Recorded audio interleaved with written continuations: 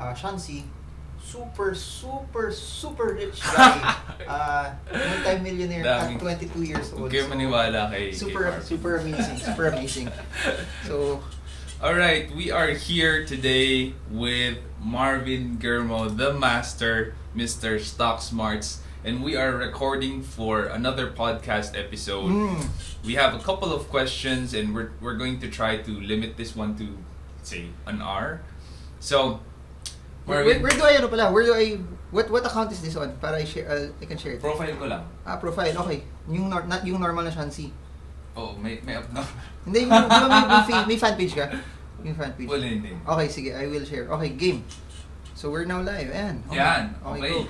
We are live.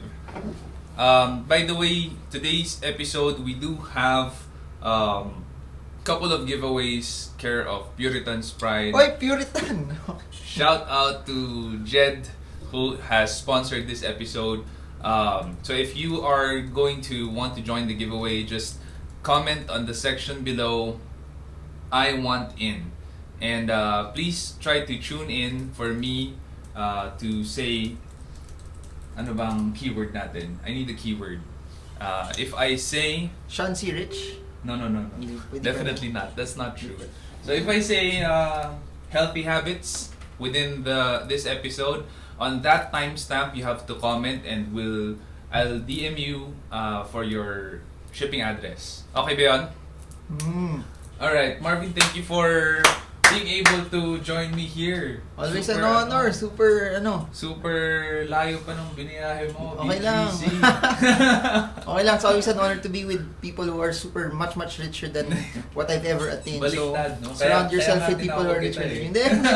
Surround yourself with people richer than you and you will be like them someday. So, ayun. Guys, for those who are... Guys, do your research. Siya talaga yun.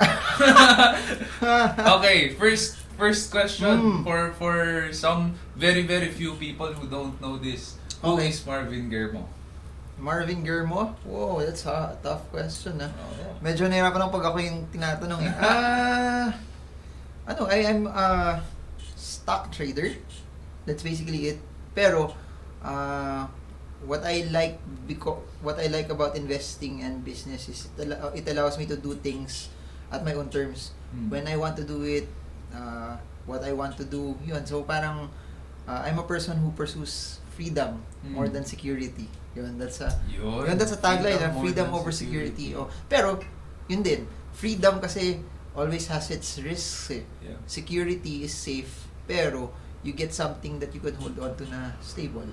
So yun. And since the younger you are, the more risks you can take eh. So those were one of the things I did earlier on also. And now you have both. Saan? Security and freedom. I think freedom gives security eh. Freedom gives security. Pero security cannot give you freedom. Para sa akin.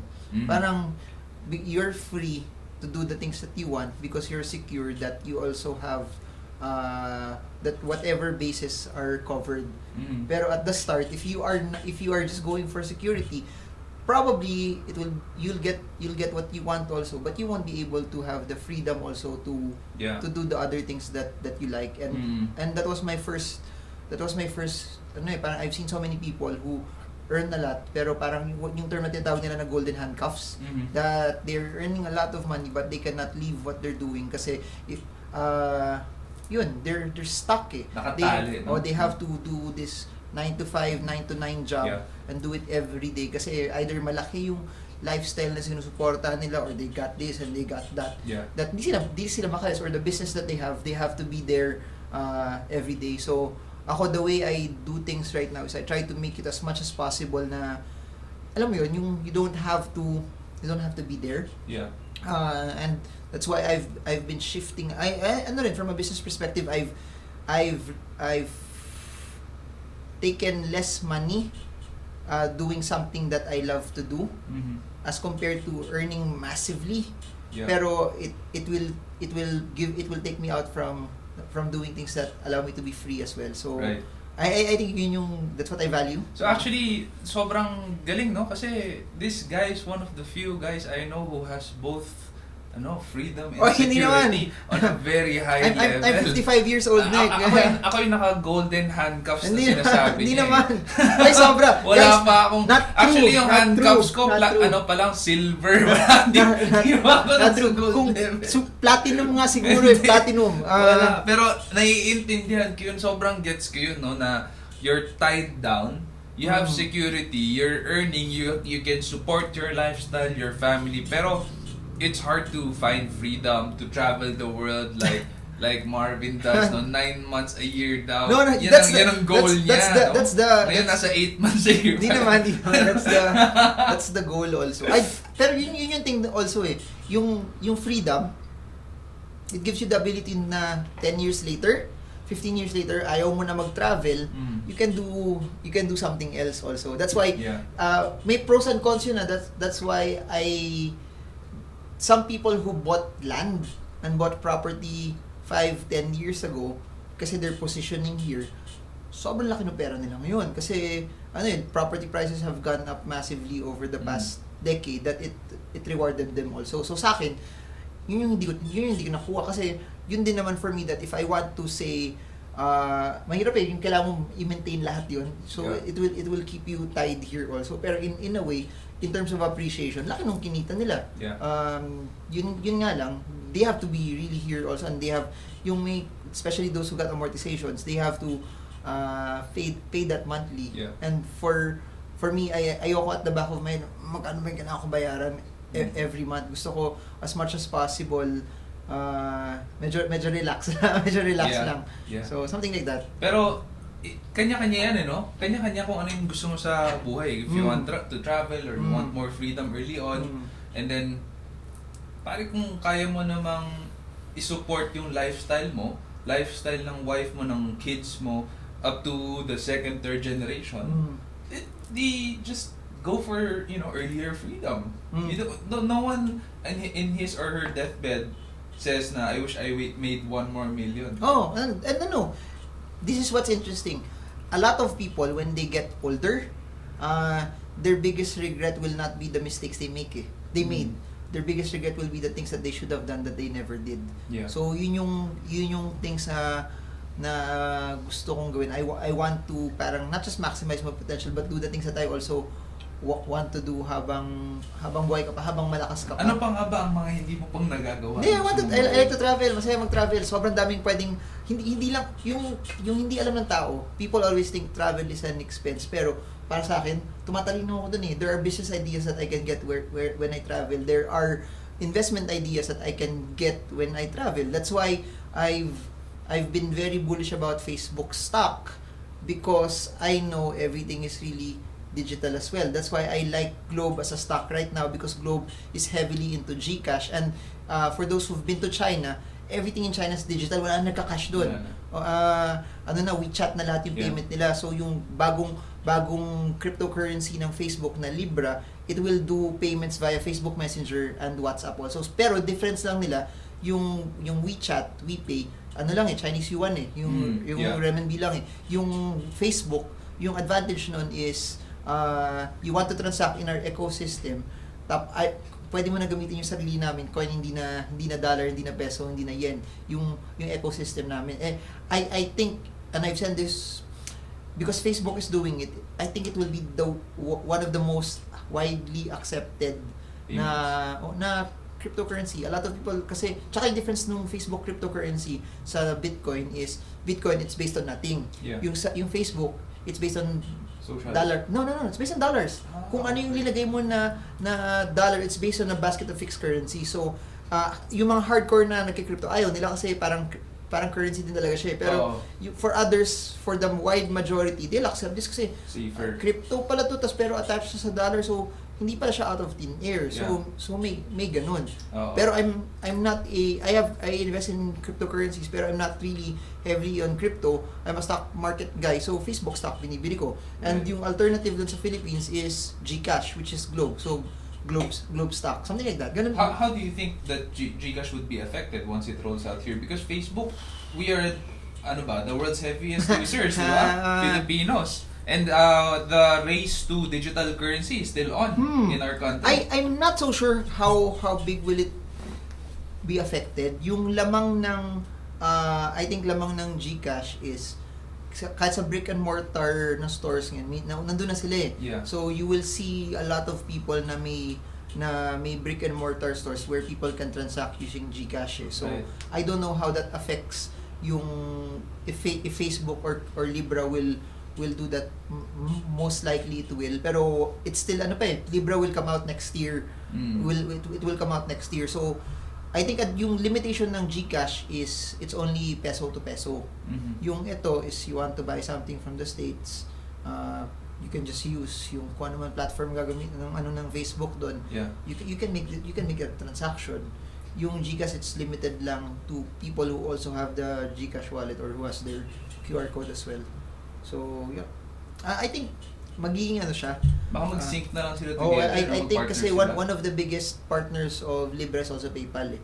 Right. So I think magkakaroon ng synergy dyan. Yeah. And ano, if you follow the Bible, doon naman papunta lahat, one world currency. So yeah. that's where everything is going also. Yeah. Yeah. Yun. New world order. So yun yung nagagawa sa akin ng travel. It gives me ideas on how things are going, na it's an expense, pero hindi lang siya basta-basta expense because it gives me insights on how I do things and how I conduct the things that I would want also. And I don't know. I think kasi education is not just in school. Education is not just in books. Parang ganito, ang dami ko natutunan sa kanya. Baliktad. Sobrang dami kong sobrang daming insights na nakukuha ko just by being in the presence of Shansi. So that alone is amazing. Do your already. research, guys. Totoo. Validate before you believe. Totoo yan. I-add ko lang muna yung guide questions natin dito sa stream, no, para alam nyo kung ano yung mga itatanong ko kay Marvin. Moving on. Let's just edit this. So what's happening? Alright, there we go. Those who are doing Instagram. Interesting. Ayan. Okay. So second question. Okay, second question. Why is your chosen field of expertise in stocks and not in Forex, not in hedge funds, no, private investments or real estate?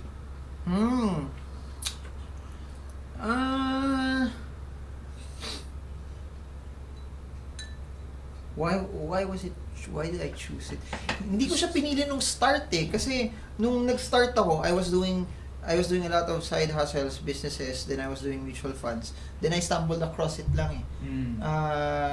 It's just that while I was doing it, I liked it so much eh. Na yun, it was something that I liked, then it was a revenue source. Tapos sa 2008 crash happened. Why sakto to why is Jollibee at 35 pesos per share? So it allowed that the crash gave me a lot of time to learn. Also, it gave me a lot of time to build the skills needed. Kasi if you come into the market na umaakyat na siya, you'll make money but you don't build the skills. Pwede you can build the skills but not as much when the market is down. Iba yung urgency to learn if your back is against the wall as compared to as everything's going right already na kahit saan mo tapon yung pera aakyat siya. And yun, Forex is okay also, and trading Forex is okay.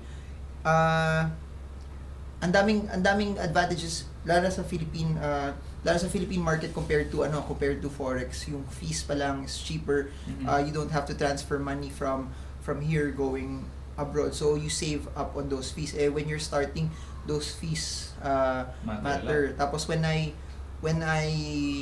had the ability also to go to Forex already, sabi ko stocks yung alam ko, di mag US market na lang ako saka mag Singapore market. So it allowed me to, I don't know, somehow focus on that more than to focus on Forex. So yun. Hedge funds naman, they also invest in stocks eh. It's just that they try to get different assets or different stocks that will beat majority of the mutual funds. Right. So yun, and yun, I chose lang to invest for myself, invest my own money for the reason that iba yung risk tolerance ng ibang tao eh. You can manage the risk pero you cannot manage your emotions eh. So I can create areas, lalo nung sa start ako, lalo sa family, I would try to trade for them, pero yung marirealize mo is ako willing ako mag-cut, sila hindi sila willing mag-cut eh. So the stock market is mostly heavily about emotions, heavily about gaano kalaki yung mawawala ko na pera pag nagkamali ako na trade, and other people, they always like the upside, pero when it goes the other way, a lot of people don't want to cut, a lot of people don't want to sell. So I think that's one of the biggest trade-offs there. Not a lot of people, when it goes down, they don't want the downside. Everyone wants the upside. And hindi ganun sa market eh. There will be times na you will have to cut. Yeah. So there will be times also na may pag investor ka, hindi ka trader or investor, bumababa, it's red already, but you know it's such a good stock na dapat pinapasukan mo siya ng pera. Ayun, and that goes against conventional wisdom na on how you do things also. So interesting, no? What you're saying is the reason why you chose stocks, it's because it's a series of divine events. Divine events, pwede. You can put it that way also, that it was something I never Bumaba planned. yung market, Oo. kahit saan mo tinapon yung pera mo, kumita ka. I think I think kung hindi man bumagsak yung market noong 2008, I still would have invested. Yeah. I still would have invested, pero yung learning curve wouldn't be as fast as compared to, kasi babagsak din naman yung market, so the market could have crashed again sometime in the middle, pero I could have learned also from that. Sakto yun eh, halos I graduated college 2005, so nung pag-graduate ko ng college, 3 years, parang pagbata ka, yung ability to learn is faster, tas mas excited ka, then you would have found something na gusto mo talaga. Tsaka ang ganda niya eh, kasi pili mo, andito ka, it takes a few seconds to buy and sell, and you're done. And then Digital na yun, no? Siguro yung online accounts at that time, 10,000 pa lang. I was one of the first 10,000 online accounts. Ngayon nila na? I know there's more than 1 million Dami na. more than 1 million accounts. Yung online na probably 60, 70. I think I don't have the exact 70%. I don't have the exact figures with me, pero Mga 700,000. there's a big chunk of online accounts na rin. Tingin ko, sa totoo lang, ang laki ng reason dahil sa'yo. Hindi. Sa totoo lang ang laking reason is dahil dun sa lagi kang nagbablog, lagi kang nagla-live about the stock market. I really feel like you influence the Philippines to invest more in the stock market. And I just want to say thank you for that. Kasi economy natin would become better, no? People are investing their... And sayang, Filipinos should take advantage of it. Filipinos should make money off of this. It's just that it's not talked about. We were in a trip in Iceland 2018. Kasama ko, may mga Amerikano ako kasama doon. So nagkwekwentuhan kami, pero hindi stocks pinag-uusapan namin, cryptocurrency pinag-uusapan namin. Kasi to them, pag hindi ka nagsa-stocks, hindi siya normal, kasi normal sa kanila nag-i-invest eh. That's number one. So ayun, parang context for majority of the people, they in more developed markets, investing is normal for them. Syempre, yung broad market pa rin hindi nag-i-invest, pero to those na nag-i-invest, or to those na siguro nasa upper middle class sa kanila, hindi normal na hindi sila nag-i-invest kung ano man yung kinikita nila. So so yun, it's not just normal for us. And so sa kanila, pag wala kang stock market account, weird ka? Tsaka parang yung maganda is as you start going up, as you start to progress, you take others along with you. Yung iba kasi they want to be gurus. I don't want to be guru, kasi I want to bring people along the ride, and even anyone who attends the Stock Smart sessions, I actually want them to be better than me. So I'm not kasi I guess I'm okay already. Wala akong kailangang. By the way guys, pag sinabi ng isang tao, I guess I'm okay already, ibig sabihin mayaman na sila. Hindi, I mean wala akong pangarap magkaroon ng yacht, wala akong pangarap bumili ng private jet, wala akong pangarap bumili ng I don't know, isang mansion sa Beverly Hills, gano'n. Ako gusto ko lang kung saan ako pumunta, parang nasa resto, gusto ko tong orderin to, pwede ko siya ma-order. I can get yun lang naman gusto ko. Mahilig lang ako kumain, mahilig ako magkape. Then I guess yung pinakaluho are the travels. That's it. Pero above and beyond that, yung mga, kaya most people need a lot more because their overhead is larger. They need Yeah. they need to pay for this house, they need to buy this lot, they need this, they need this. Wala ako masyadong ganun. I don't need to buy a Ferrari or a Porsche. So, yun. But if the time comes, kaya naman. Kung bibili man ako ng kung bibili man ako, siguro siguro yung mga SUV na Benz or BMW or Lexus. Kaya, Pero I don't know if you would want to do it here also kasi sa lifestyle ko ngayon I don't drive as much anymore eh. Yeah. So I walk most of the time. I did it in a way that lahat ng kailangan kong gawin kasi naka-stress yung traffic sa Pilipinas. And pangalawa yung time na nawawala for driving. So ako nanghinayang mag-drive dito at kaya nung nag-States kami, yung kotse ginawa namin SUV na Jeep, panalo kasi cruise control doon sulit. The whole time na ako naka-cruise control lang. So if nasa ganung state na tayo na it's easy to drive around, I think okay bumili ng kotse pero ngayon and cars here are expensive compared to other countries. More expensive. Lalo yung sa ibang bansa, may mabibili ka mga second-hand car na nasa $1,000 to $2,000 lang. Grabe, no? no? Sa Australia yun, sa New Zealand yun. Tapos hindi yan broke down na those are things na mura lang talaga. Second-hand. So, we don't have that eh. I don't know why. Yung mga mabibili mo na $1,000 dito, yun yung mga nasa pelikula na pag action scene na yung sumasabog. Yung mga ganun. Sira na talaga. Sa atin wala pa tayong Talking about stress, no? So you mentioned stress kanina. And stock trading might be stressful, driving stressful, no? But do you take any supplement or anything to mitigate that stress? What do you do to mitigate that stress? Wala kang supplements intake? May nagbigay sa akin before ng Yusana. Nasa table. I drink. May nagbigay sa akin. Yun lang. Tapos there are times na when I travel more, I drink multivitamins. Pero other than that, wala. Kasi what I do becomes tiring at times but not stressful. So lalo na sa stocks, it only becomes stressful if you put money that you need eh. I don't put money that I need eh. So kahit bumagsak siya, I'm okay. Kahit bumagsak siya tapos mag-cut loss ako, I'm also okay because it's money that I must, to give you context, mas stress pa ako sa traffic na may mga jeep na ino-occupy nila 3 lanes. Tas nakatigil sila doon as compared sa stocks. So, totoo.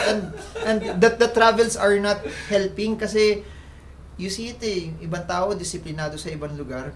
Tapos what's worse pa, Pilipino sa ibang lugar mas disiplinado, pag dito lang talaga hindi. And you see it pag kunyari from Dubai sa airport, departure from Dubai to Manila, okay sila. Pag landing sa Pilipinas, yung sa carousel, lahat sila, di ba may line. Do not cross this line. Lahat ng tao nagko-cross ng line. Pero when they were in Dubai coming to the Philippines, okay sila lahat. So I don't understand eh. The effect of the crowd, perhaps, no? I think it's something like that. Kaya nga, I saw it in the news. I don't watch news often, but I saw it in the news. What is Comorenos doing in Quiapo? If it becomes sustainable, sobrang winner kasi we don't have discipline. Actually, he's making waves in the news right now. Grabe. I hope it's something that's sustainable din talaga. Yeah. Moving on, no? Third question. The Philippines, as an investing population in the stock market, is around what? 1%? Less than 1%. There's a million accounts eh, pero 110 million na tayo eh. So, still, siguro thereabouts. Nasa ganung figure siguro. So, when do you think that figure will increase, no? That the Philippine population, like yung mga Americans na sinabi mo kanina, hindi na weird na nasa stock market na magiging norm na sa atin? I think nasa tipping point na because it's becoming scaled, it's becoming talked about. Dati you wouldn't see this being talked about eh. And you're seeing yung trend doon is a lot of people who are investing online are millennials. So pag tumanda yung millennials na yan, yung mga mas younger sa kanila will also be investing, then suddenly you have a larger base also. So yun yung advantage ng mga lolo na nag-invest dati because nakapasok sila ng maaga. Yung mga papasok pa lang ngayon, they have no choice but to buy stocks higher. When they buy stocks higher, markets will go up even more. So So that's the only way for markets to go up. Those who are coming in will buy it at present prices, and then the prices will go up. You mentioned mga lolo, no? Oh, How totoo. about your parents and grandparents? Do they invest? Because I started investing, that's when they started to invest. Also, yung mami ko nagsa-stocks na, yung brother ko nagsa-stocks They na. do it on their own then? Oh, they do it on their own. They don't tap you to do it? Marvin, you do it for me. Nung una, pero yung sa mami ko pinapaano ko na sa kapatid ko. Pero in fairness, okay din yung ng portfolio nila. So okay din. Okay din. Siya. Sige na, bahala na kayo. Basahin nyo na lang yung libro ko. Hindi man. Brother ko naman nagbabantay dun sa mami ko eh. So I think it should be relatively I think good na rin. Tamis pala nito. It's Vietnamese coffee. Kaya nga, nakaka-chubby to guys, nakaka-chubby. From Viet Asia downstairs, no? So yun, it's still a very, very, very small population, and for me, it can be split into two eh. That's why the rich get richer, because they do what everyone else is not doing. Yeah. And everyone else is not investing in the stock market. Yeah. So, those who stay in that 1%, they will do very, very well also. But in an essence also, from a humanitarian and economical standpoint, it's nice also that a lot of people get a share of the wealth as well. So, right.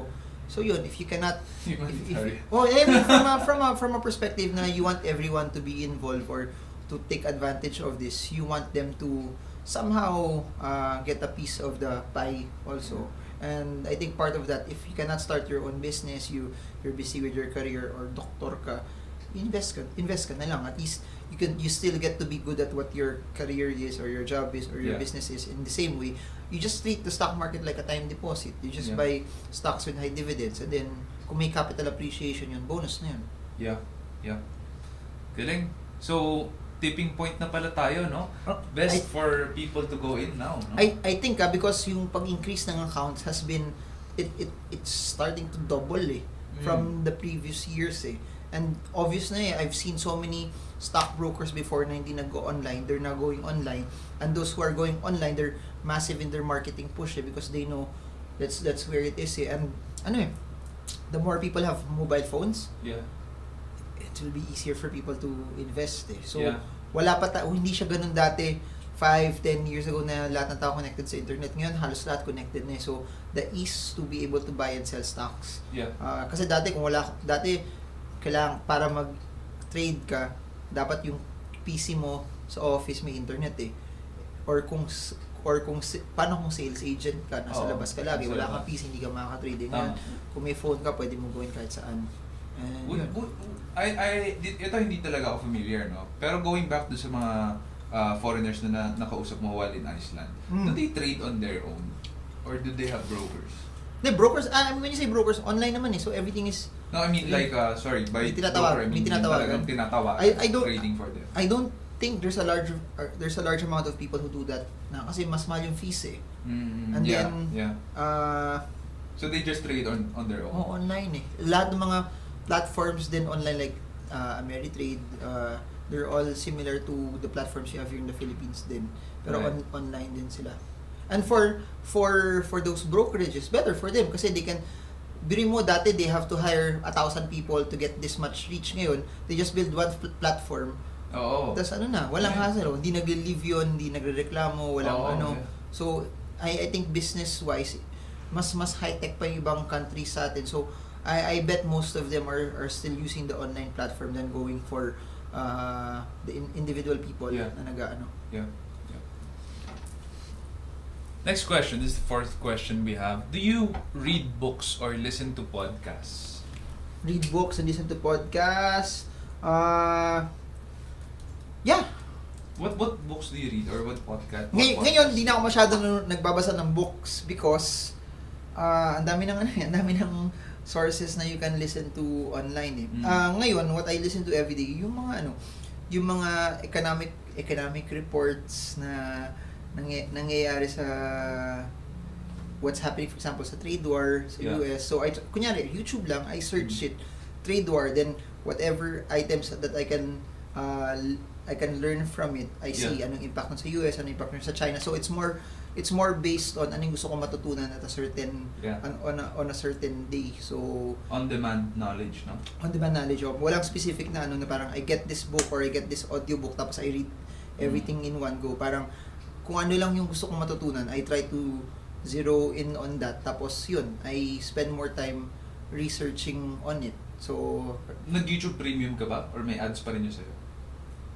Di ba may premium sila monthly, may bayad ata. available ba sa atin yun? Hindi ba? Hindi ko alam eh. Alam ko meron na eh. Pero sa akin yung may ads pa. May ads pa rin. Skip lang. So habang nakikinig ka, bigla may ads. Oh, tapos kung I support the YouTube content creators. I let the ads pass. Talaga? Kasi from someone who makes YouTube, alam ko pinaghirapan din nila yun eh. So I try to support them in your own way. That's ganun. cool. That's cool. Good Kasi to know. pag nasa kotse, naka-play lang siya doon, hindi mo na makakalikot yung skip ng ad. Yeah. So, yun. So, pag traffic, YouTube. Naka-Bluetooth sa kotse, I listen. Pag naglalakad ako, naka-earphone ako, ganun. I take as much time as I can to get information. Or kung may mga audiobooks, kunyari, Buffettology, ganyan. Yeah. I try to... Buffett, classic yun. Panalo yun. I try to listen. Or yung mga interviews ni Warren Buffett, I try to listen to those things kasi makita mo na dun sa sinasabi nila yung insight dun eh. So yun, I try to kung meron man akong isa na lagi kong tinitingnan sa YouTube, I watch speeches and interviews of people that I follow. Mark Cuban, Elon Musk, Steve Jobs, Mark Zuckerberg, Kevin O'Leary. So, yun. Mr. Wonderful. Mr. Wonderful. Oh, galing niya. So, magaling.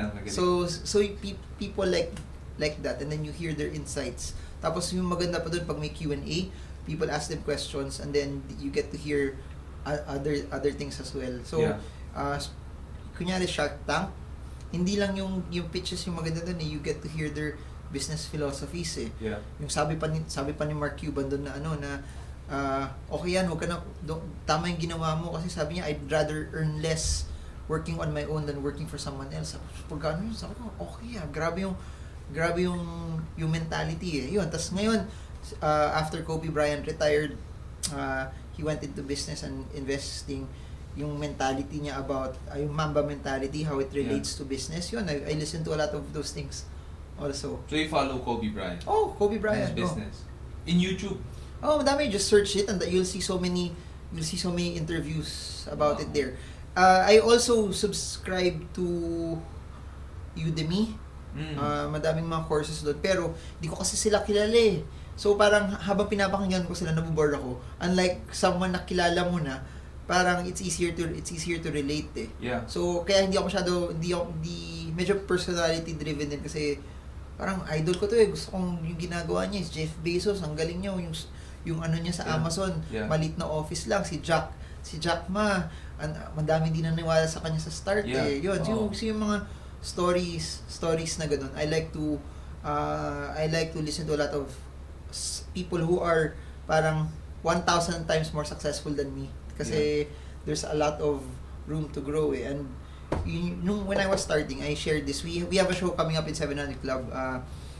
Tinanong ni Peter. Tsaka Peter Kairos. Tinanong ni Peter Kairos, how did you learn all of this? Sabi ko, when I graduated from college, 2006 to 2007, up until 2008, I would meet people who are either business people or execs, and then I would treat them for coffee, tapos nag-offer pa ako, babayaran ko yung time nila, tapos may nakalista na ako na questions na gusto ko tanungin. Talaga? Oo. Pero yung doon sa list mo na yun, na-invite mo sila lahat? I mean list of questions. Okay. Doon sa may list of questions ako na pagkaupo ko, tinatanong ko yun lahat. Do you still do that? Hindi na. From time to time, it's just that busy na rin eh. And ngayon parang yung hindi na siya 100 questions, meron lang isa or dalawa gusto kong tanungin. So sometimes because of either social media or you can just easily message people na lang. You don't need yung face to face.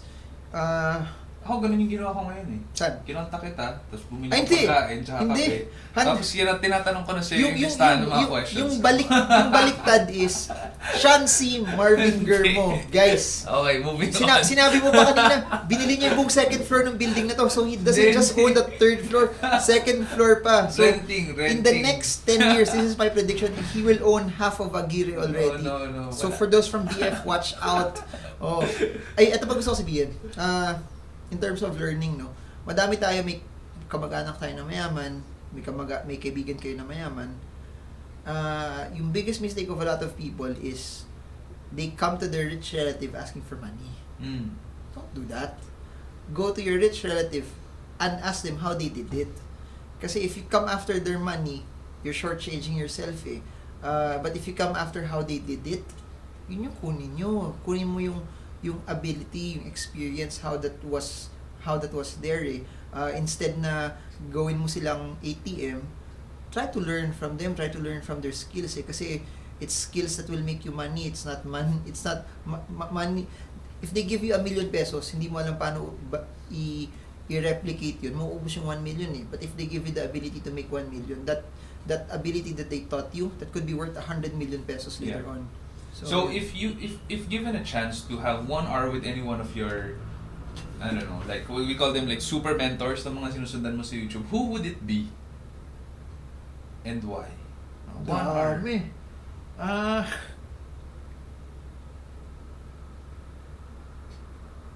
Elon Musk? Elon Musk. Or Mark Cuban? Isa lang. Sino mas matimbang? Steve Jobs, Steve Jobs. Wala na si Steve Jobs. Sabihin natin sabihin ko sana Jeff Bezos, pero yung kung gusto mo totality, ayoko na siya kasi linoko niya asawa niya. Jeff Bezos? Kaya may divorce siya ngayon, di ba? Nagka-affair siya. Nagka-affair siya. 4 na pangalan na yun. Pero interested ako kung bakit na-mention mo si Steve Jobs. Kasi you're an investor. Steve Jobs was an innovator and a retail guy. No? More of I see him as an innovator and a retail guy. He's always after the taste of the customer. Something that the customer doesn't even know they want. So bakit nga ba Steve Jobs yung isa sa mga pangalan na lumabas? Ano siya eh. It's not yung business, yung mentality niya. That's why he did Apple, because they wanted to challenge the status quo eh. Yeah. Bihira ka makakita ng tao na ganoon eh. Kaya Apple is not as good as what they were before.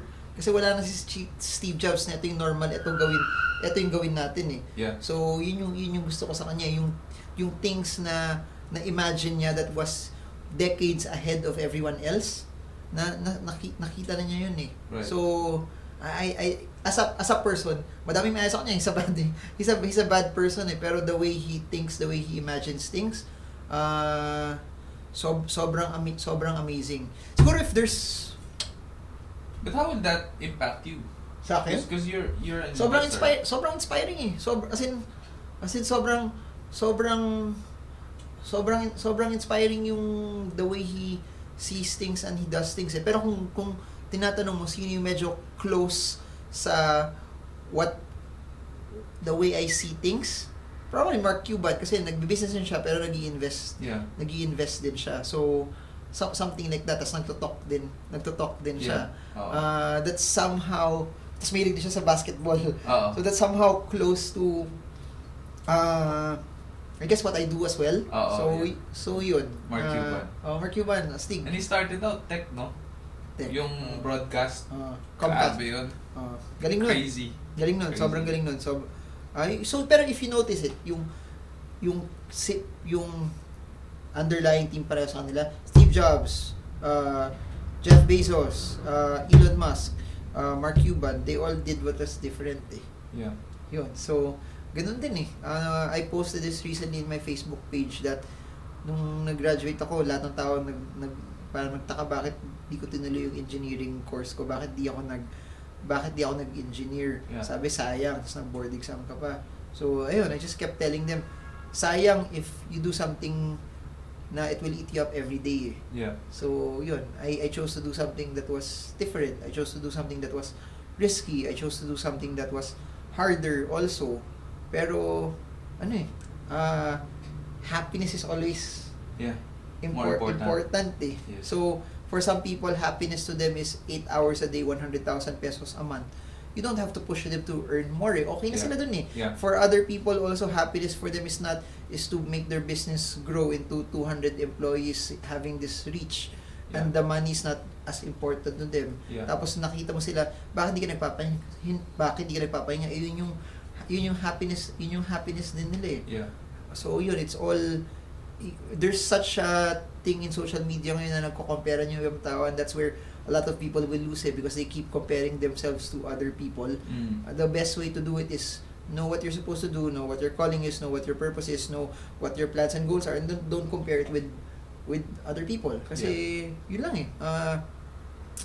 The moment you start comparing yourself to what other people have, the cars that they buy, the trips that they go to, the clothes that they have, either may inggit ka or lamang pala ako sa kanila eh. So either maging mayabang ka din. So it can go both ways eh. So ako I've learned not to listen to what other people will say, either positive or negative. Kasi if I listen to the positive, parang either yayabang ka or parang okay na pala ako, you'll be complacent. Or if you listen to the negative, there's so many people who were supposed to start businesses that they did not do it because there were a lot of people giving them negative feedback. Ang dali magbigay, no? Negative feedback. Lalo sa YouTube, I keep encouraging people, you have something positive to say, put it in YouTube. Yeah. They just received one negative comment, they stopped. Just because there was an anonymous person who posted, ang taba-taba mo, hindi bagay sa'yo mag-YouTube, mag-podcast ka na lang, ganun. Oo. She stopped. And ganun. So, kaya ito podcast lang to eh. Kasi saan? Kaya nga ako may Instagram live. I'm trying to break Instagram kasi patunayan natin guys na hindi mo kailangan maging gwapo na mag-Instagram. So, totoo. Tama yan. Support. Totoo. Yun. So, grabe, no? Bakit nga ba sa tingin mo ang dami nagko-comment negative? Pag sa reviews, ang daming negative. Tapos ang hirap makahingi ng positive na review. Hindi ko rin alam eh. Positive na comment. I don't know. Siya, eh, no? I don't know why people do that or go into that also. Because people are more negative siguro. Na may isang puting board, may isang dot doon, they see the dot, not the whiteboard. So, people are more wired to be negative than positive, I guess.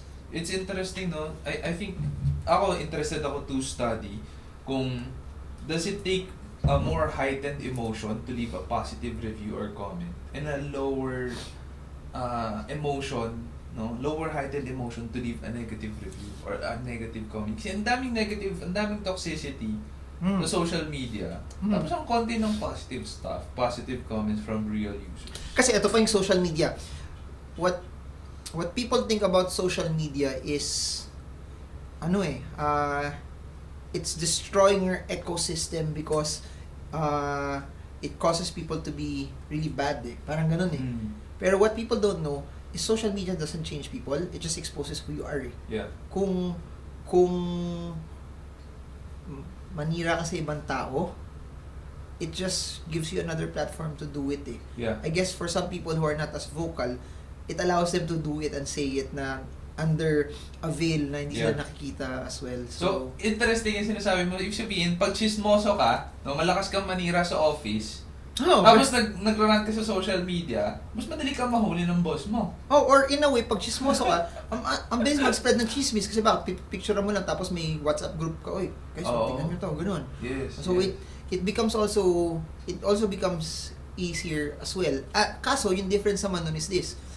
If you are because of everything is online now, everything is in social media, it also forces everyone na dati may inaway ka sa parking lot. Ngayon, di mo na pwedeng gawin yan kasi madami makakita sa'yo, mag-viral ka. So, it causes more people to be aware also of what they do. Yeah.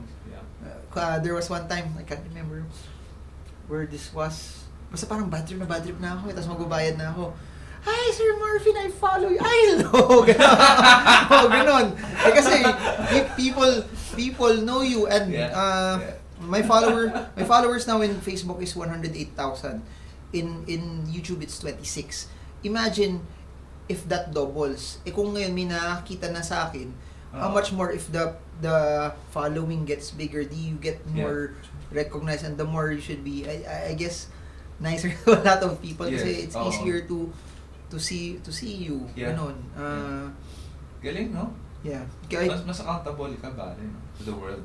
Ang ganon. Tapos, sa bangko, kilala ko kasi pinapanood nila yung video, so wala kang takas. Dahil lang ba sa video? Parang before the video pa siguro. Hindi ko alam. Ito yung malaking shareholder natin. Hindi ko alam. So, yun.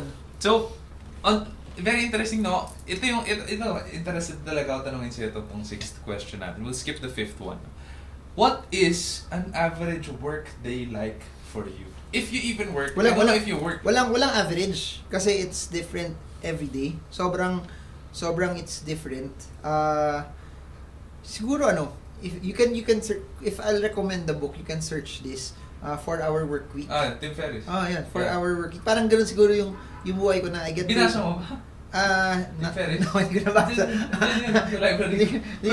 Hindi ko siya nabasa, pero yung gist doon that everything can be outsourced, everything is online, that if you live in an area where cost of living is cheaper, you get to do a lot of things at a grander scale. Yan yung sasabi ko yung mga YouTube na synopsis summaries na pinapanood ko.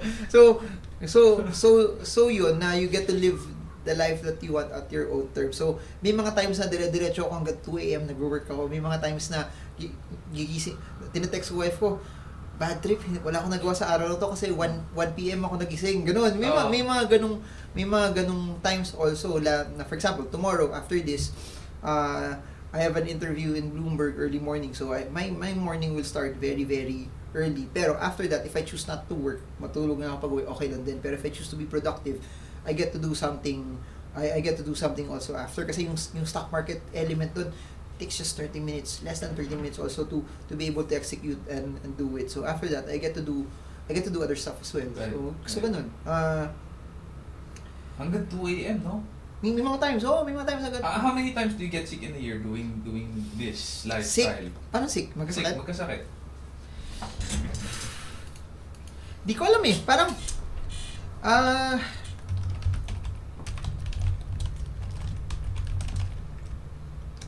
normally nangyayari yun pag may mga time zone changes and differences. So, tas may talk, tapos pagod, tas malamig. So, more ganun. Tapos pag masama pakiramdam ko, I just take meds. Tapos okay na ako. So, nagme-meds ka talaga? Yung lang, mga pang-headache. Yun lang. Pero it's not as if I want to rest, I rest eh. So, I think yun yung luxury nun na if I want to stop, I stop. If I'm working, tas sabi ko, sige, tulog muna ako. Tulog na lang ako. Time freedom. Natulog naman ako. So yun. Pero, at the time na feeling ko, siguro keyword is, I don't force myself. Pag excited ako mag-work, I work. Pag tinatamad ako, tinatamad din ako. Siguro napansin ko the past year, especially ngayon, wala akong sinusulat ng book eh. Before, nung gumagawa ako ng book, yun talaga, dire-diretso. Madaling araw, so 2 years na ako walang book eh. So wala yung that's 3 months of my year na eh. Yeah. Yung pagsulat ng book eh. So ngayon wala. Pero yung tiring also is I post videos every day eh. Right. So that takes, siguro kaya wala akong book dahil sa videos also it takes your brain every day one video as much as possible. Last week nag-skip ako 3 days yata kasi I was so busy. Yeah. So yun. Busy doing talks ba? Madami, mixed tapings, talks, meetings, tapos going here and there. Yun, more of those things. So yun yung hindi ko nagawa, pero I like making videos eh. It's fun eh. Super. Every day grabe. Super. Dami mong masasabi, no? Hindi ko maubusan. Oh man. Hindi ko maubusan. I should have you here more often. Sige, pero maganda nga, mas maganda yung naglalakad tayo, yung may May movement. Parang vlog talaga, Hindi vlog ko kaya type. gawin yun habang maraming ibang Vlog type. tao. Vlog type. So what's Now, being an investor and not handling a team directly, do you still develop leadership skills? Kailangan. It doesn't mean that you don't handle people directly. It doesn't mean you don't work with a lot of people also. So, you still work with. Yung difference lang is, they're not, how do I put this? You have the liberty to get more people who are driven to do other things as well. So, there are people who work with me, for me, under me, pero they do other things na hindi sila full-time 8-hour job. Pero I like that also because it shows you that they're driven because they want to have other sources of income also. Yeah. And they're driven because what they get is based on their output also. So I like that more na you get people who get paid based on the output that they give Yun. Kasi ako paniniwala ako you will earn more money not based on how hard you work Yeah. You will make more money based on the value you give Yeah. So if someone works 10 hours but gives 2 hours worth of value versus someone works 5 hours pero gives 4 hours worth of value, mas panalo yun. So yun yung sa akin. I like people who give a lot of value to me na normally the things na ayokong gawin that's what I outsource a lot of people. That's why hanggang nag-enjoy pa ako making the videos, I'll probably still do it. Pero pag dumating sa point in time na gusto ko na siya outsource, I'll try to outsource it as well. So ganun lang siya. What are you gonna outsource? The editing? Or like the video talaga? The editing, oo. And probably pwede rin kasi the filming na may, habang na may isang tao na rin na sumusunod sa akin na ganun, pwedeng. Pero yung kunyari nasa bahay na lang ako mag-isa, syempre ako na yun, yung kunyari andun lang ako, tas stock pics lang. Yeah. That's me. Pero everything else I can outsource that, I guess. Yun. And there's so many ways kasi now na na hindi mo na kailangan ng mas madaming tao. You can just automate it or do it online as well, that it makes things easier and seamless. Na dati kailangan mo to get this amount of people to be able to do it. So, yun. So, that said, no, leadership skills. So, you don't directly have a team, but you work with a lot of people. But how do you develop your leadership skills? Experience, I guess. Experience. Pero I read a lot of books on leadership, lalo na kay John Maxwell. I've read a lot, pero sometimes it's about knowing yourself more That's why I like to work with a lot of people who are driven, kasi hindi ako yung type na hindi mo na hit target mo, yari ka next month, ganun, or papalitan na kita, ganun. Driven na siya, so whatever target you set, they can meet it already. So something like that. And then it's also knowing yourself na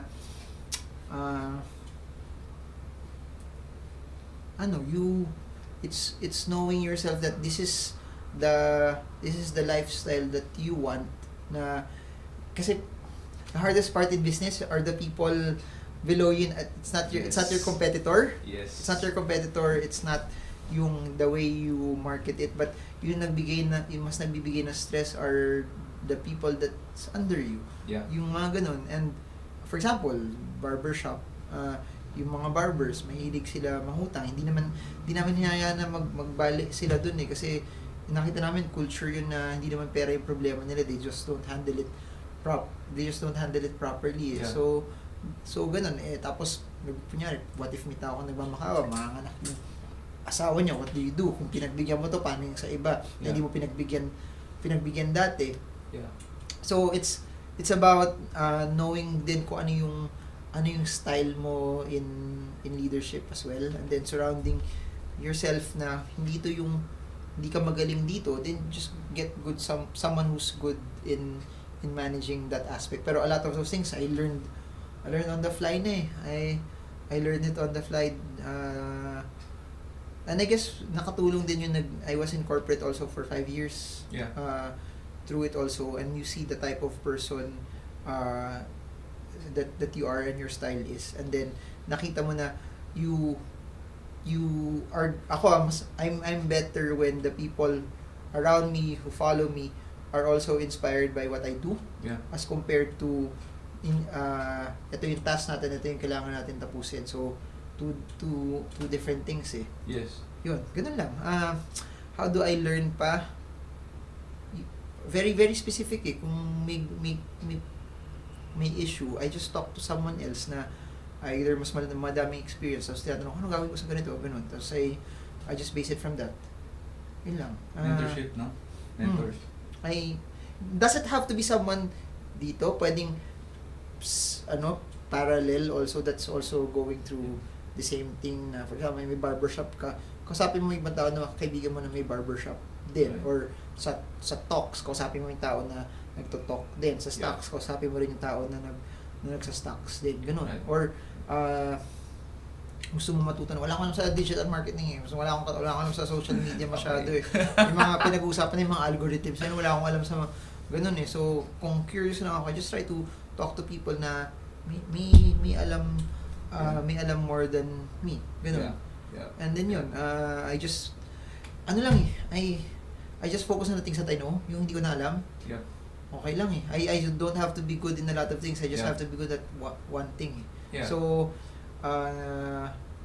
for example, another barbershop example, me and my partners were talking that okay lang.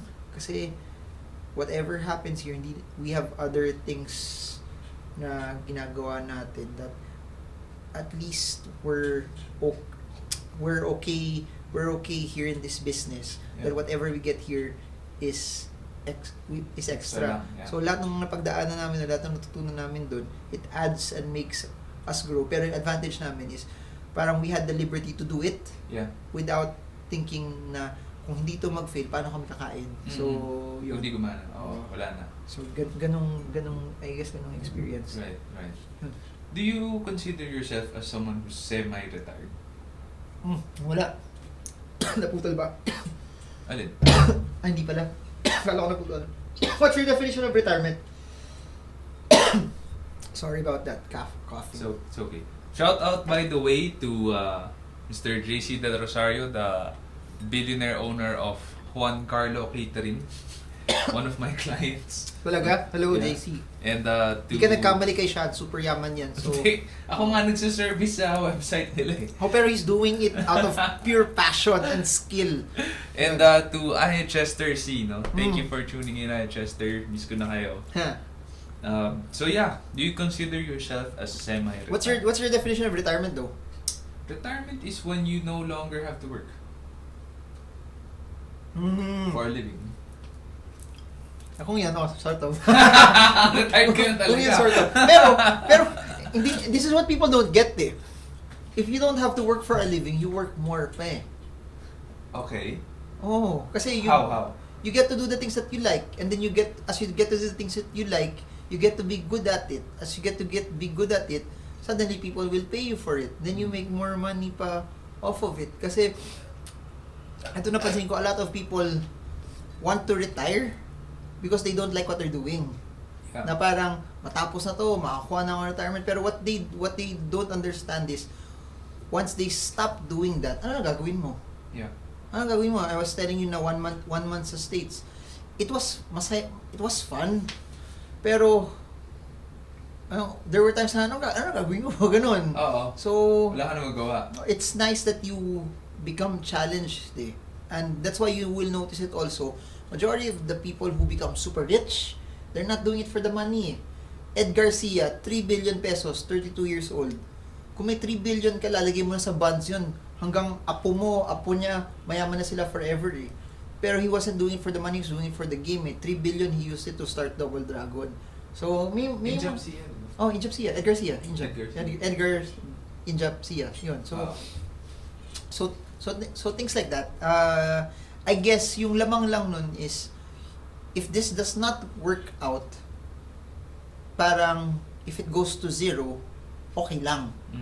As compared to your na ito lang talaga yung plano mo.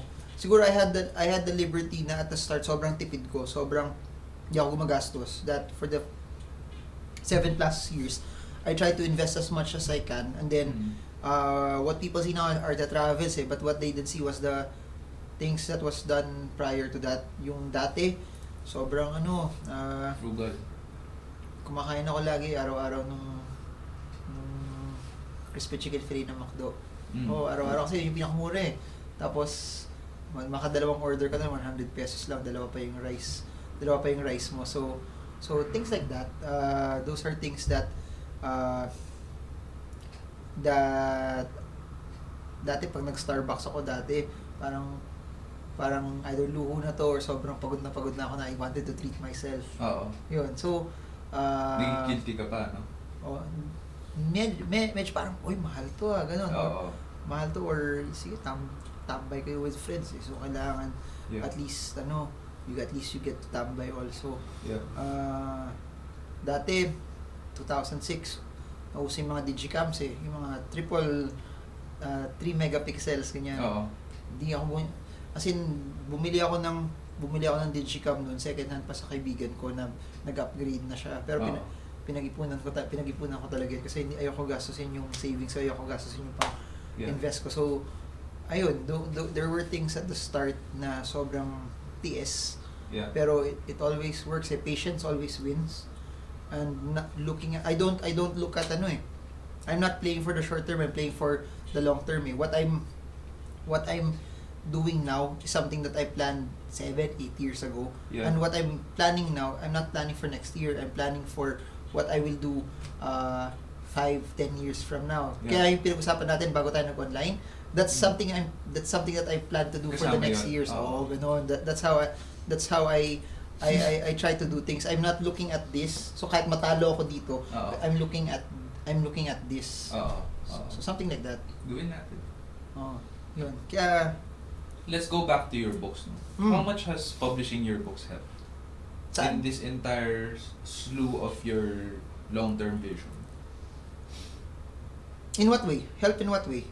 Help in bringing that vision come to fruition or making sure that you hit it on the right timeline. Hindi ko siya hindi siya yung yung first book wasn't done because I wanted to make a book eh. Yung first book was done because there were a lot of people requesting for talks in their city or in their country na hindi ko talaga napupuntahan. So sabi ko, I'll maybe just write a book so that it can be ordered either online or through national bookstore kung nasan man city sila or province sila, and then they get to learn about the stock market. Yun yung hindi ko na plan to start.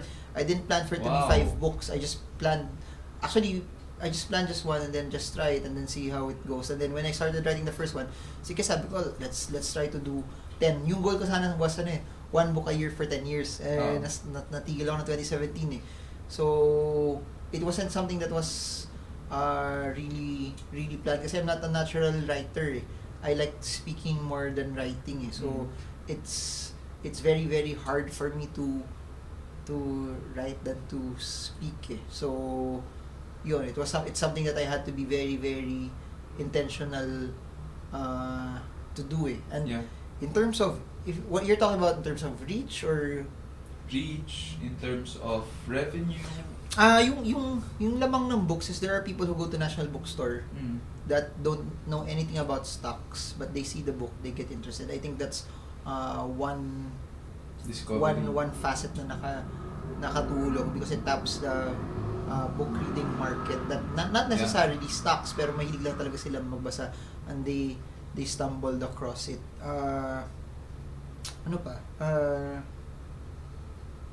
Yung books also, it's something looking at it now, it's something that na siya, parang legacy na 100 years from now, yun yung contribution mo sa Filipino society, sa Filipino culture as a whole.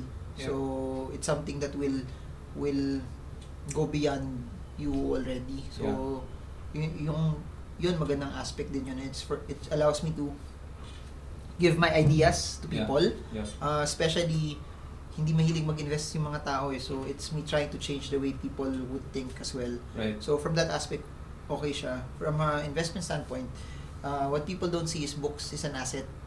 It's an intellectual asset. So it's also passive income. It adds to passive income also. So okay din siya. I don't other people use books. They say it's a calling card. I don't use it as a calling card. I use it talaga as either dun you want to change the way people think or you put it in national because you want to tap people who really want to read want to read books. Calling card, hindi ko lang narinig yun Oo, iba. Parang, hindi nila habol kumita ng sa books. They just wanted to know na author sila. Ganun. Talaga? Interesting. Okay. By the way, if you're wondering where we are right now in my office here in BF Parañaque. Super big office. Yeah. No, it's not a super big office. It's a small office. And, nawala yung... Hindi, ako lang. Pagaling ko na. Lobat na. Hindi naman. Alam mo. May limit lang yata yung live nito. And if you listened in when we started this session, I mentioned that we are giving away some supplements from Puritan's Pride, which is a supplement that I have personally tried and taken. I've tried their fenugreek supplement to lower my cholesterol. Ayun, And dapat pala yung ginanon ko. wala akong dala dito ngayon pero we're giving away a couple. So if you comment healthy habits in the comments section of this video while it's live, you'll be part of those people who will be sending out these giveaways to. And I'll just DM you na lang and ask you for your shipping address. Yo. Alright, next question. What's next for you? Anything that you're working on? Abangan nyo, may lalabas with Sean C. Super, yun ang inaabangan ng madaming tao. Watch out, follow Sean C's page for the next few months and there will be something amazing coming out from it. Pero yun lang eh. We'll build it. No? Wala na akong... I just like to travel talaga eh. As in, kung tatanungin mo ako anong gusto kong gawin. Kasi feeling ko kasi the YouTube vid, in terms of sinasabi ng ibang tao sa akin na nag-talk, paano yung kung di ka na mag-talk? How can you make a difference? Feeling ko, my YouTube videos reach more people than my talks eh. Yeah. So, I can still do that from online, from YouTube. I think it will hit more people still than the number of talk. Yung lamang pa ng videos is kahit mag-talk ako araw-araw, it's only 24 hours a day. Yeah. If I do one video, it can be watched so many times from now up until may YouTube. From anywhere in the world. Or from anywhere in the world. And it can be repeated so many times. So, yun. And I saw that you're promoting this digital bank. Kinuha ka ba ng influencer? Doon?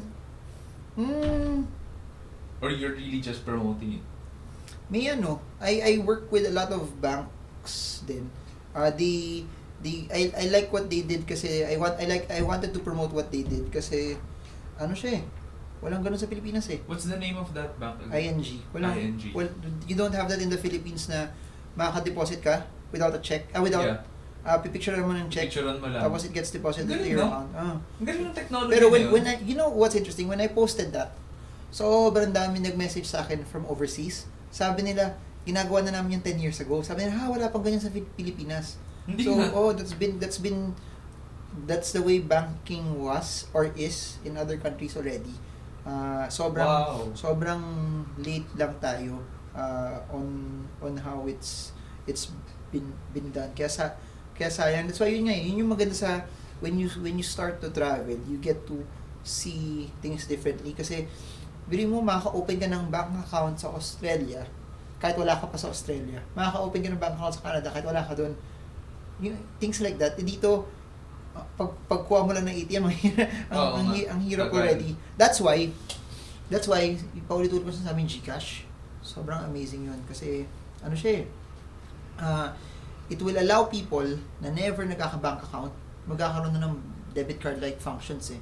It will allow people na never sila na-approve na magka-credit card. Ngayon, makakatransact lang sila online because of GCash. So, that will tap the large chunk of the country na unbanked, na never sila nagkakaroon ng bank-like functions. Yeah. So, anything that's digital, anything na it will help people to do it. Lahat sinusuportan ko, lalo na investments, gano'n. Lagi kasi hindi magkakalaban yung insurance, mutual fund, banko, and real estate. For me, they see themselves as opponents kung saan pupunta yung pera, pero totoong kalaban nila yung mall eh. Yun yung nakakapag-ubos naman ng people eh. Mall, tsaka utang. Kasi madaming tao na nalululong sa mga 5-6, and that's a Mm. prevalent thing. Di ba, alam mo yung nasasanglay ATM, di ba? Yeah. You heard that, di ba? Yeah. May mas na ngayon, to a higher extreme. Online account password na yung kinukuha ng mga... Talaga? Oo, so Grabe, ah. totoong wala ka ng access sa pera mo. Grabe. So, ganun. And a lot of people are heavily in debt as well. So, anything that will promote, kasi anything that will promote giving the people the ability to make more money. Yeah. Kasi yung interest rates ng ING, alam mo kung gano'ng kalaki? 2%, right? 2.5. 2.5. Oh, yung Okay. regular na savings account 0.2. So, Grabe. so Times 10. So, that alone, plus, no maintaining balance, plus, you can open it kahit saan ka. So, nakatira ka sa probinsya na malayo yung bank sa'yo, island ka, pero may internet ka, you can open an Right. account as well. So, Pero saan based yung pera mo? Will it be here or abroad? hindi dito. Dito. Local bank yun eh. Local Local. bank siya. So, that's what makes it very, very interesting. So, lahat, there will be in the next few months pa, I'll work with Forex and also to allow people to now trade US stocks as well. So Right. you can open from here, trade online na you don't have to open from another country kahit nandito ka because of certain applications pwede ka na mag-trade. And yun, access yun to buy Facebook, to buy Google, to buy Yeah. Amazon, to buy Nike, to buy Starbucks, to buy Disney, things na hindi nabibili ng mga tao dito. So Yeah. I think that's the biggest Advantage. things like that. I like supporting things like that, especially if it's about business. Sobrang interesting siya. Yeah. Yeah. So you mentioned kanina those are the different investment facets, no? Would you advise people to go into Forex? Kung sobrang pera, kung sobrang anything naman na investment as long as sobrang pera, it should be okay. If you want to know, if you heavily know technicals, okay yung Forex. Yun nga lang, you can lose all your money kasi may margin siya, tapos may shorting. So may shorting. yun lang yung difference niya compared to stocks na you just go long. Tapos sa stocks, kunyari naipit ka, nagkamali ka, maganda yung company, may dividends. Sa Forex, naipit ka, walang dividends yun eh. Yeah. Hindi mo siya pwede iwan sa long term. Kaya nga, even people that I know na nagpo-Forex, when they start earning from Forex, they transfer it into stocks para to pocket their earnings. Na Yeah. Kasi they don't see it as something that's, you can treat Forex as it's still money-making money, pero you still have to be physically active to create the trades eh. Unlike sa stocks, kasi pwede siyang purely passive din eh. Yun yung I guess biggest difference with it. Pero if you know how to do it, it's not it's not about what investment is good eh. It's about kung nasan ka may skills eh. Kasi parang business din naman yan eh. Franchising potato corner is good, doing milk tea is good, pero saan ka ba magaling? Kasi pwede ka mag-potato corner, hindi ka naman marunong, malulugi din yung potato corner na franchise mo eh. Yeah. So it goes back to that eh. What's your skill set, and are you putting an amount of money na willing ka, kung nawala yun, okay ka pa rin. We're on to our last question about Talaga, millennials. wow, last question na. Last question. Ang tagal na, mga 1 hour na tayo. Grabe. It's about millennials, no? Which is a very interesting topic kasi Okay. I'm a millennial. Millennial din ako. You're a millennial. Yun nga eh.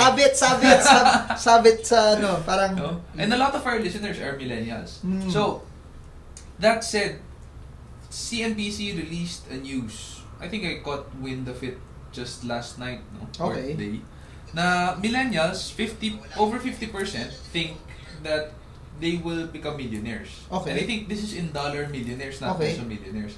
What do you think about that? 70%. 70% of male millennials daw think that they will be millionaires Okay. someday. Okay. What's the question? You think it's gonna be true? Let's just focus here on the Philippine market na lang. What do you think? You think that Well, nagawa mo eh. So ikaw pinag-usapan natin. So, if it's possible, naman. Pero para sa akin, kung ano yung ambition mo, you match it also with the amount of work that you put. A lot of people want to be millionaires, but they're not willing to do the work for it as well. Na para makaka-jackpot na ako someday, it will happen, or passive income, or this or that, or whatever they get. It has to be, this is your dream, put as much work into that, dream as much as you can. So, and then I guess another thing that they must put there is ginagawa ko ba kasi habol ko yung pera, kasi kung pera lang yung habol mo, it becomes lonely if your target is just getting this amount of money. Yeah. It becomes lonely kung for me, money is just a byproduct. $1 million should be just a byproduct of how much difference you make, how many people you help, how much problems you solve. Because if you solve as much problems, that's $1 million worth. That's the amount of business also that you get. Yeah. If you're after is just the $1 million and you're not thinking about this, I don't know. It either becomes empty or you will become frustrated because you're just after the money, and you will see it time and time again. Those that became super rich, the 1% of the population, like Shansi, they're not in it for the money. They're in it for either making a difference. They're in it for legacy. They're in it because they just love entrepreneurship. They're in it because they really like risk. They're in it because they like to innovate. They like it because they want to change the status quo. But the money, it's either just a scorecard na kung how much, parang report card lang yun na, ay, ganito yung effort ko.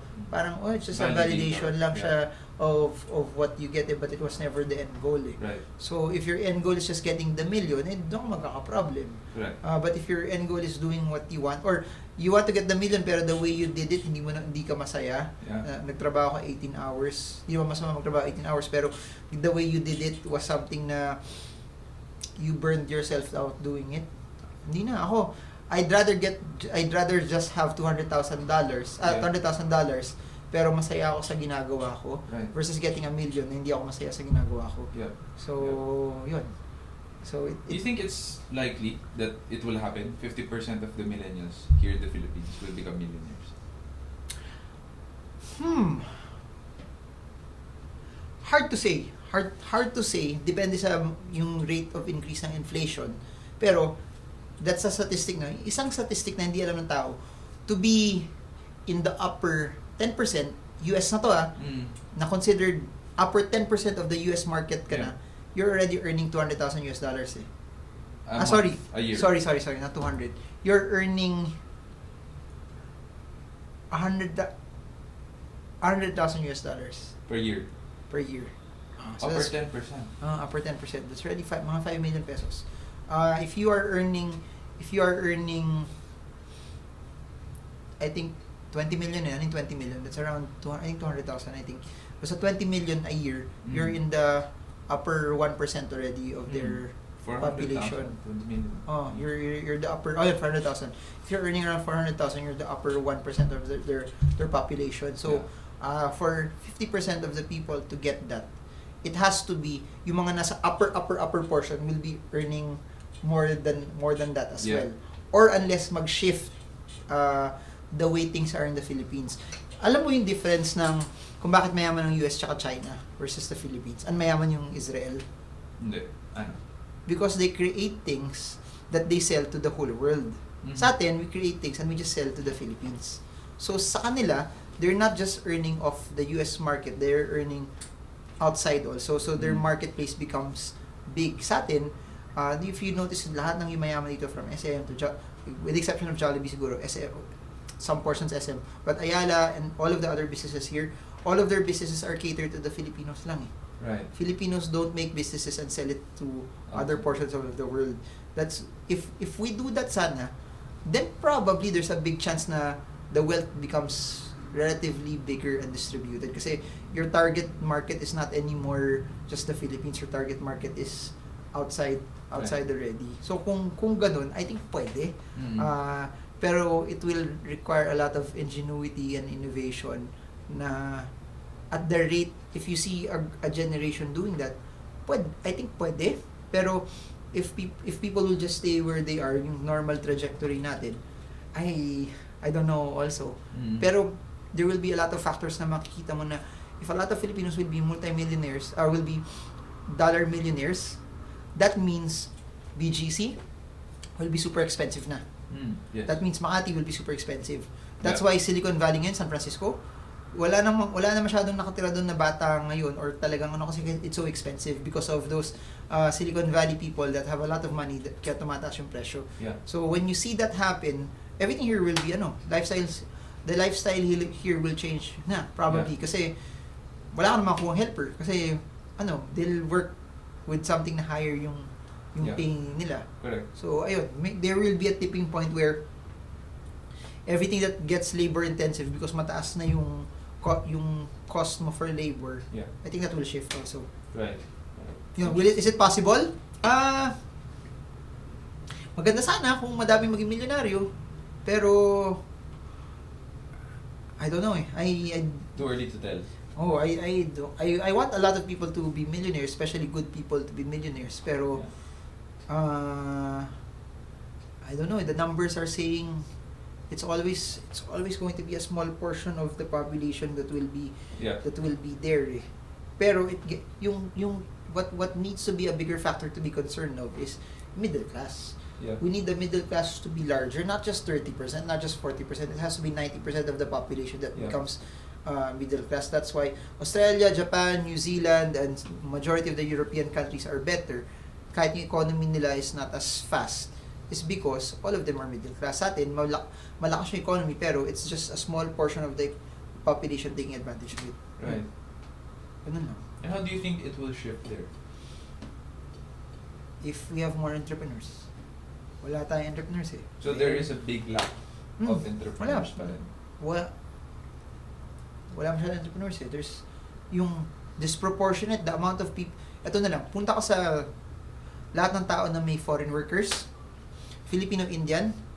Yung Indians, they only stay a few years lang because after, they go back to their countries and start businesses. Right. Yung Filipino, they stay there quadruple the time because yung pera nila, ginagastos nila, nag-i-enjoy sila doon and they don't have a concept of starting their own business. Yung mga Indians, they just get enough and they save enough until they can go back already. Right. So some na nagsistay because they like staying in that country, pero some that want to go back, they start businesses. Dito hindi masyado eh. Hindi masyado. And sobrang daling kumita ng peso. As in, kung pipili ako ng time kung kailan lang papanganak, gusto kong pinanganak ngayon kasi lahat pwede mong benta ng slime sa YouTube tapos kikita ka eh. Oo. Dati hindi mo siya pwedeng gawin eh. Dati gusto mong magbenta ng cookies, ng cupcake, kailangan mo ng thousands of inventory and you have to pay a large space to have it placed there or you have to build your own store. Ngayon, post it in Facebook, sell it there. Yeah. Hindi mo pa naluluto, hindi mo pa nabibake. May order na. So, it's much easier as compared to what it was years ago eh. I think that's one of the biggest differences of this era compared to a few years ago eh. So, if it's possible, pwede siya eh. Ang daming ways. Magkabibenta lang sa carousel. Oo. Yun. Or, I'll just go to every sale that I go. I'll buy it cheap, then sell it in Lazada, Shopee. Yeah. Ganun lang. And then I can do all of that habang may trabaho ako. And I think one sad thing is a lot of Filipinos, we like to work for foreign companies. Pwede rin. We don't support yung mga local homegrown entrepreneurs. I mean, I'm not just saying this for myself. Personally, I did have some struggles with getting good people, the right people, on board and keeping them. Kasi usually they just consider you as a stepping stone and then foreign owned corporate sila sa BGC or Makati or Ortigas. And that's one big hurdle. Medyo mahirap 'yun. It's sabi mo nga kanina, the main challenge in doing business is not the business itself, it's the people because they can crumble your business from within. Kagaya nga sa Marvel Civil War, they crumbled from within. Sila nag-away. And that's the best way to turn a business on its head. You crumble it from within. The people you have in your team are so important. And getting the right people on board and keeping them is very difficult here, at least here in our country. Mas mahirap pa yan yung keeping kasi nag-invest ka na ng training, alam na nila. Mas mahirap yung papalit-palit kasi walang stability doon. So, but it's not just the problem. It's not a one-sided problem. I think it's the problem of both the entrepreneur or business owner and their team members. Kasi yung culture na binibuild nila, hindi ganun kaganda. While foreign-owned companies, ang dami ng ang dami na lang natutunan. Pero hindi rin, not just that I think kasi ganun yung mga millennial eh. Kasi kwento sa amin mga kilala ko, boss na mga multinational company, especially sa BPO, meron magla-lunch break lang. Kasi hindi na bumalik, hinayar na siya ng taas na floor. Na ibang Talaga? Oo, may mga ganun. Oo, multinational yun Oo, ganun. Nag-lunch break lang siya, hindi na bumalik kasi may signing bonus na mas mataas. Tapos tatapatan, yung band mo doon, we'll take care of that. Ganun. Grabe. I think it's not just about local and multinational, it's also about may mga ibang tao talaga ngayon na I don't know patalon-talon yung mga tao sa trabaho eh. Oo. Grabe, no? Phenomenon. But yeah, that's all the time we have. Thank you so much for tuning in, and we'll do one naman for Sige, you, no? just follow, subscribe, Shansi. Guys, sobrang yaman. Then, If there's one thing you remember, Shansi is super rich. No. Shansi Don't is believe, rich, don't believe. mega rich. Don't believe. So you can follow this podcast. We are on Spotify. Just search Leadership Stack. That's Leadership, and Stack is spelled as STACK, Stack Podcast. So if you search for Leadership Stack, you can follow us there. We will edit this live video, splice it up per question, and upload it there. And again, if you are interested, we do have a giveaway. If you comment down below, I want to be healthy. We are giving away some supplements from Puritan's Pride. Thank you so much for sponsoring this episode, and thank you so much, guys, for tuning in. When the new episodes on the podcasts are released, I will be sure to post them on Facebook. Thank you, and see you again next time. Galing mo.